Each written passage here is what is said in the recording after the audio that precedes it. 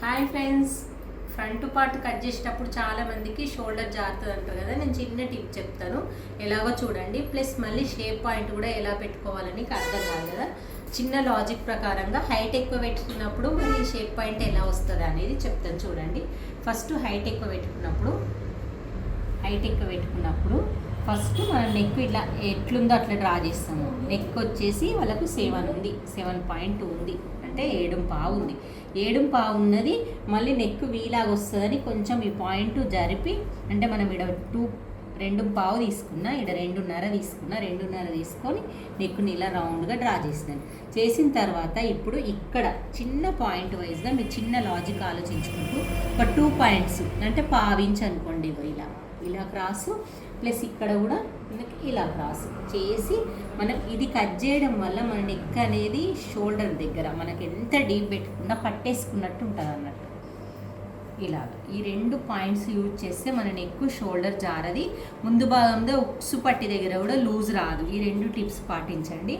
Plus మళ్ళీ చాలామందికి blouse height పెట్టుకున్నప్పుడు ఈ -2 ఇంచెస్ లైన్ మీదనే మనకు షేప్ పాయింట్ వస్తుంది, లేకపోతే మీదికి వస్తుంది. మరి అట్లాంటప్పుడు ఎట్లా? మీదికి వస్తే ఎట్లా, కిందికి వస్తే ఎట్లా? కిందికి వచ్చినప్పుడు ప్రాబ్లం కాదు, చాలామంది కిందికి వచ్చేస్తుంది కదా అని చేస్తారు. మనకు మీదికి వచ్చినప్పుడు టెన్షన్ పడతారు. మీదికి వచ్చినప్పుడు మనం లైన్ మీదికన్నా వేసుకోవాలి, లేకపోతే ఈ క్రాస్ పట్టి -2 ఇంచ్ అన్న మీదికి పెంచుకోవాలి. ఈ 2 పాయింట్స్ దీంట్లో యూజ్ చేయండి. ఇదిగోండి, మాకైతే 13.5 కంటే ఎక్కువ లైన్ మీదికే వచ్చింది. నేను ఒక 1/2 ఇంచ్ కిందికి పెట్టేసి అడ్జస్ట్ చేసినాను. ఎందుకంటే మనకు నార్మల్గా తెలుస్తుంది వాళ్ళ కొలత బ్లౌజ్ ప్రకారంగా వాళ్ళకి చెస్ట్ పాయింట్ నార్మల్గా ఎట్లున్నది అని అర్థమైతే చెస్ట్ ఎక్కువ ఉన్న వాళ్ళకి ఇలా పెట్టాలన్నట్టు.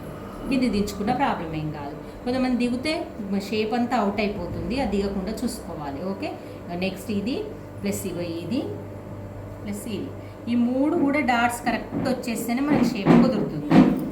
ఇలా సెట్ చేసుకోండి.